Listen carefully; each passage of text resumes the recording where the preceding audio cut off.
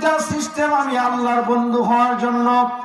এক number system হলো আল্লাহু ইয়াজতাবি ইলাইহি মাইয়াশা, আমি আল্লাহ যাকে ইচ্ছে করি আমি আল্লাহ নিজে বন্ধু বানায় নেই। জোরে কোন সুবহানাল্লাহ। আল্লাহ যাকে ইচ্ছে করেন আল্লাহ বলেন আমি নিজে বন্ধু বানায় নেই, এক নাম্বার।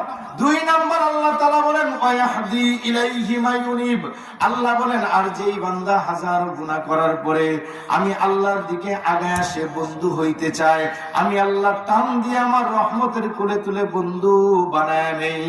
সুবহানাল্লাহ।